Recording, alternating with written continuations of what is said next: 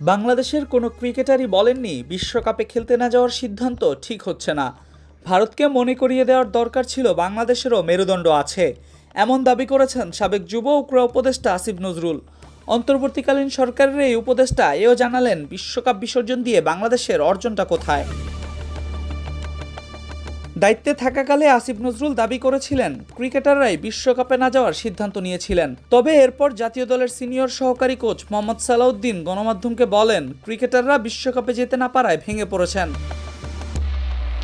এবার এ নিয়ে মুখ খুললেন আসিফ নজরুল। বিবিসি বাংলাকে দেয়া সাক্ষাৎকারে তিনি দাবি করেছেন বিশ্বকাপে যাওয়া বা না যাওয়ার ব্যাপারে সিদ্ধান্ত পুরোটাই ক্রিকেটাররা ছেড়ে দিয়েছিলেন সরকারের উপর। তিনি বলেন, আমি যখন খেলোয়াড়দের সাথে বসেছিলাম, সালাউদ্দিন সাহেব ওখানে ছিল নাকি জানি না, আমি বোর্ডের সাথে খেলোয়াড়দের সাথে বসেছিলাম। আমি বলেছি আপনারা মুক্তভাবে আপনাদের মতামত ব্যক্ত করেন, আমি আপনাদের মতামত শুনতে চাই। তখন ক্রিকেটাররা কি অভিমত জানিয়েছিলেন উল্লেখ করে আসিফ নজরুল বলেন, কেউ জোরালোভাবে বলেননি এই সিদ্ধান্ত নেওয়া ঠিক হচ্ছে না, ক্রিকেটের ক্ষতি হয়ে যাবে। এই টোন ছিল, স্যার আমরা তো খেলতে চাইব, তবে আপনারা যে সিদ্ধান্ত নেবেন মেনে নেব। বিশ্বকাপ খেলা যে কোনো খেলোয়াড়ের স্বপ্ন। অন্যদিকে টি-20 দলও ছিল দারুণ ছন্দে। তারপরও টি-20 বিশ্বকাপের এবছর হওয়া আসরে খেলতে যায়নি বাংলাদেশ। মূলত মুস্তাফিজুর রহমানকে আইপিএল থেকে বাদ দেওয়াকে কেন্দ্র করে অসন্তোষ সৃষ্টি হয়। এই জেরেই বিশ্বকাপে যায়নি টাইগাররা। তবে বাংলাদেশ বিশ্বকাপে না যাওয়ার প্রভাব ছিল সুদূরপ্রসারী। ভূরাজনৈতিক থেকে শুরু করে ক্রিকেটীয় কূটনীতি, সবখানেই আলোচনা ছিল তুঙ্গে। এবার তৎকালীন ক্রীড়া উপদেষ্টা নিজেই জানালেন কেন বিশ্বকাপ না খেলার মতো কঠিন সিদ্ধান্ত নিয়েছিলেন।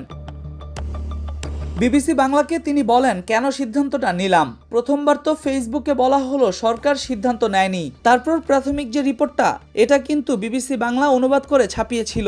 আইসিসির ইন্ডিপেন্ডেন্ট অ্যাসেসমেন্ট 3টি কথা বলেছিল, যেটা দেখে আমরা হতবাক হয়ে গেলাম।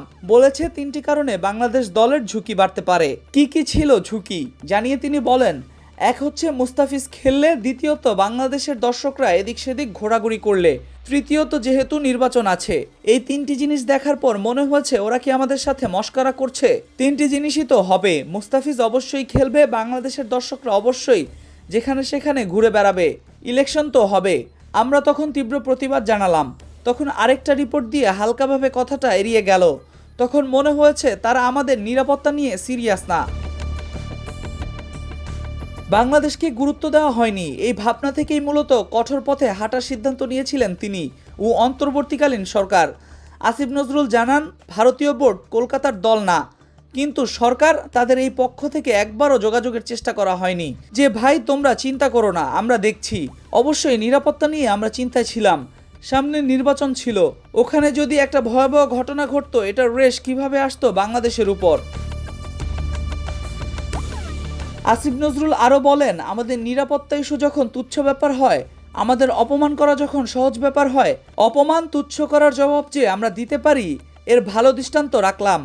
তাদের মনে করিয়ে দেওয়ার দরকার ছিল আমাদেরও মেরুদণ্ড বলে জিনিস আছে, এটা আপনার কাছে অর্জন না। আর যেসব কথা বলা হয়েছিল বিশ্বকাপ না খেললে বাংলাদেশের অনেক ক্ষতির মুখে পড়বে, কই ক্ষতির মুখে পড়েছে? বিদেশের দল বাংলাদেশে এসে খেলছে না। Al Mahmud Fahim, BD ক্রিক time.